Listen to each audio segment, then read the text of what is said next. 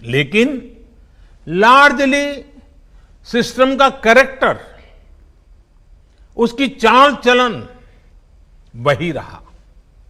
परिणाम यह हुआ कि जो टैक्स पेयर राष्ट्र निर्माण का एक मजबूत पिलर है,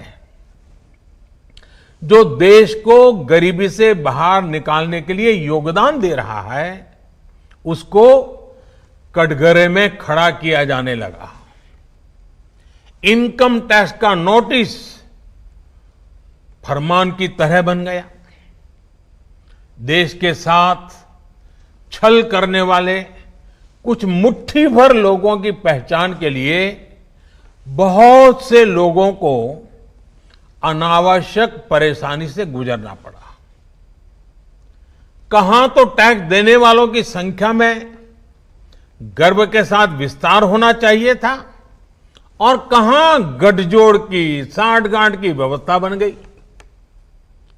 इस विसंगति के बीच ब्लैक और व्हाइट का उद्योग भी फलता फूलता गया। इस व्यवस्था ने ईमानदारी से व्यापार कारोबार करने वालों को, रोजगार देने वालों को और देश की युवा शक्ति की आकांक्षाओं को प्रोत्साहित करने के बजाय कुचलने का काम किया।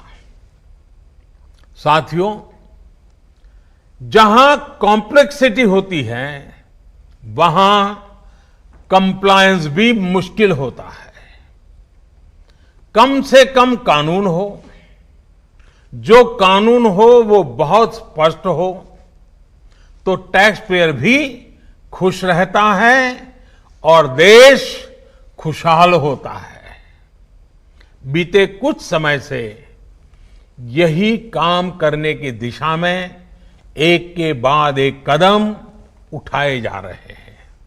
अब जैसे दर्जनों टैक्सेस की जगह जीएसटी आ गया, रिटर्न से लेकर रिफंड की व्यवस्था को पूरी तरह से ऑनलाइन किया गया। जो नया स्लैब सिस्टम आया है, उसमें बेवजह के कागजों और दस्तावेजों को जुटाने की मजबूरी से मुक्ति मिल गई है। यही नहीं, पहले 10 लाख रुपए से ऊपर के विवादों को लेकर सरकार हाई कोर्ट और सुप्रीम कोर्ट पहुंच जाती थी। अब हाई कोर्ट में 1 करोड़ रुपए तक के और सुप्रीम कोर्ट में 2 करोड़ रुपए तक के केस की सीमा तय की गई है। विवाद से विश्वास जैसी योजना से कोशिश ये है कि ज्यादातर मामले कोर्ट से बाहर ही सुलझ जाए। इसी का नतीजा है कि बहुत कम समय में ही करीब 3 लाख मामलों को सुलझाया जा चुका है। साथियों, प्रक्रियाओं की जटिलताओं के साथ साथ देश में टैक्स भी कम किया गया है।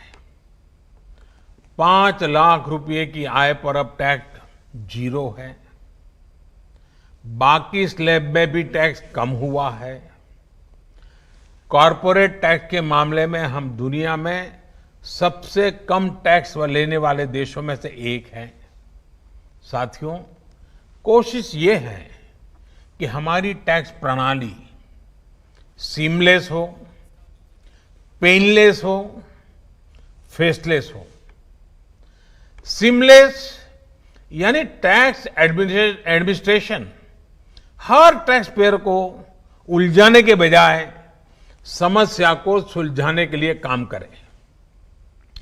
पेनलेस यानी टेक्नोलॉजी से लेकर रूल्स तक सब कुछ सिंपल हो। फेसलेस यानी टैक्स पेयर कौन है और टैक्स ऑफिसर कौन है, इससे मतलब ही नहीं होना चाहिए। आज से लागू होने वाले ये रिफॉर्म्स इसी सोच को आगे बढ़ाने वाले हैं।